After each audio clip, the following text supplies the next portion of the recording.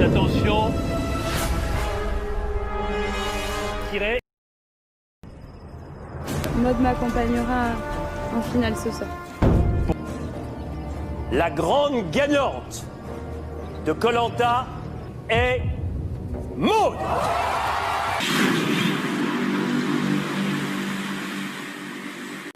Mais comme promis, je vais répondre aux questions que tu m'as posées dans le cadre de la chaîne que tu as développée sur YouTube.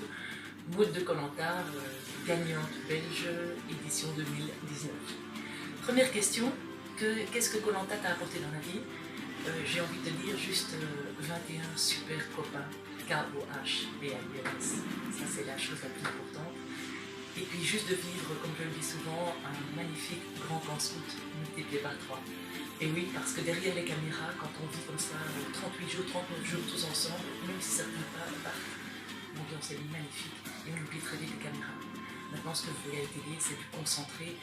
Imagine, vous ne voyez que 21 heures de votre aventure. Sur 39 jours, c'est très peu.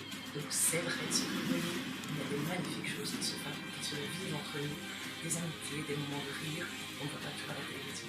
Ça, c'était la première question. L'après Koh-Lanta, tu me demandes, a-t-il été difficile? Si oui, pourquoi?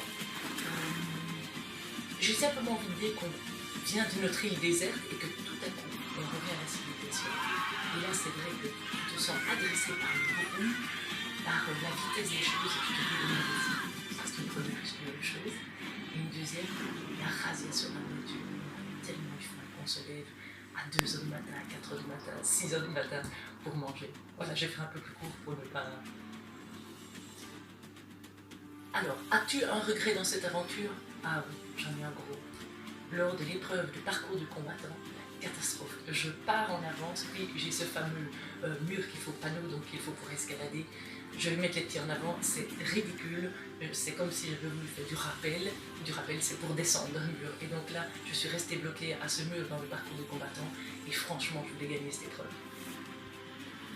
Tu me poses la question, Maud, tu es une des grandes femmes marquantes de l'histoire de Koh-Lanta. Quelles autres femmes ont marqué Koh-Lanta à tes yeux? En y pensant comme ça, il y a Jade, qui est une aventurière magnifique, pour moi qui était intouchable. Clémence, qui m'a épatée dans sa ténacité et avoir la chance évidemment de vivre de Koh-Lanta. Je l'ai rencontrée en plus avec une simplicité, d'une gentillesse, c'est magnifique, donc c'est quelqu'un que j'apprécie beaucoup. Et puis il y a la fée Clochette, je ne sais plus comment elle s'appelle, Julie, j'oublie toujours son prénom, et Julie, elle m'a fait rire, elle était quelqu'un d'extra tellement, elle était complètement décalée et elle a apporté beaucoup d'humour dans ce Koh-Lanta. Qu'est-ce qui t'a fait tenir dans l'aventure? Quelle était ta motivation? Tenir dans l'aventure, mais pour moi, comme je l'ai souvent dit en prenant l'expression française, je kiffais mon aventure. Donc moi j'étais heureuse d'être là, j'aurais pu continuer. Peut-être que je l'aurais demandé à ma famille de me rejoindre, mais donc voilà, c'était pas difficile de tenir, c'était juste un jeu, j'avais envie d'aller jusqu'au bout. Et ma motivation, mais comme tout le monde allait plus loin, j'y ai jamais pensé que je gagnerais. Jamais, jamais. Et peut-être que cette peur de gagner, je n'ai jamais eu peur de perdre, en tout cas je ne l'ai jamais eu. Et j'ai juste... voilà, profiter chaque jour. Alors, dans l'épreuve d'orientation, tu as fait preuve d'imagination en utilisant un bout de bois pour écrire les directions nord, sud, est, ouest. Où t'es venue cette idée? Mais simplement, moi mon surnom c'est Sidoris, donc j'ai une mémoire, donc c'est le Cid dans l'âge de glace et Doris dans les mots. C'est mon surnom parce que j'oublie tout. Et c'est vrai que je sais que c'est ma faiblesse, donc j'avais utilisé un moyen mnémotechnique pour retenir les couleurs. Mais dès que j'ai vu ce bout de bois brûler, je me suis dit, ah, là je vais pouvoir noter les choses et je serai beaucoup plus à l'aise. Donc voilà, simplement se méfier de soi-même, connaître ses faiblesses et une force. Que penses-tu de la prochaine saison sur les 4 terres qui arrive prochainement? Tu as déjà ton petit favori, si oui, pourquoi? Je vais t'avouer qu'à l'heure où tu me poses cette question, je n'ai pas encore vu Koh-Lanta, on va enregistrer, je le verrai ce soir.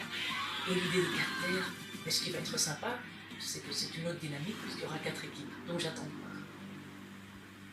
Alors, quelle est la chose dont tu avais le plus besoin dans ta vie de tous les jours et qui t'a énormément manqué sur l'île? Sans hésiter, ma couverture. Il fait caillant, on a vraiment très froid quand il pleut, on n'a pas de couverture, d'essuie, on n'a rien pour se sécher. Donc réellement, quand l'île est battue par les vents, surtout la nuit, quand on ne bouge pas, on a vraiment très froid. Donc, la couverture, certainement. Si on te propose de refaire un Koh-Lanta, Ça c'est comme tout le monde, je vais te dire c'est double. Évidemment que je vais dérouiller, évidemment parce que c'est une aventure tellement fabuleuse. Maintenant j'aurais une grande peur de ne plus vivre quelque chose d'aussi beau que le premier Koh-Lanta. Je dirais je prendrais bien Cyril dans ma valise, mais surtout je pense qu'une première aventure doit toujours être le meilleur souvenir, mais sans hésiter je dirais. Tu t'es préparé avant de partir, si oui comment?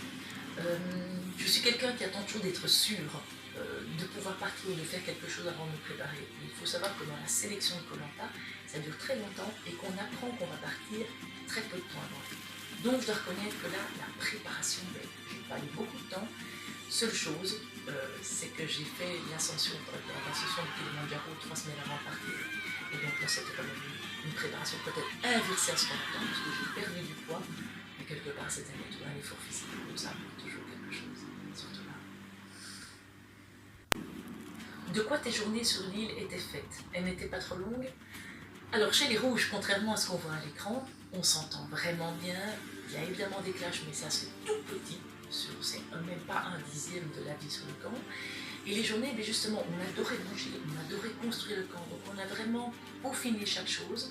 On était bien organisé dans le sens où on vivait bien ensemble. Il n'y avait pas de chef, mais il y avait beaucoup d'initiatives.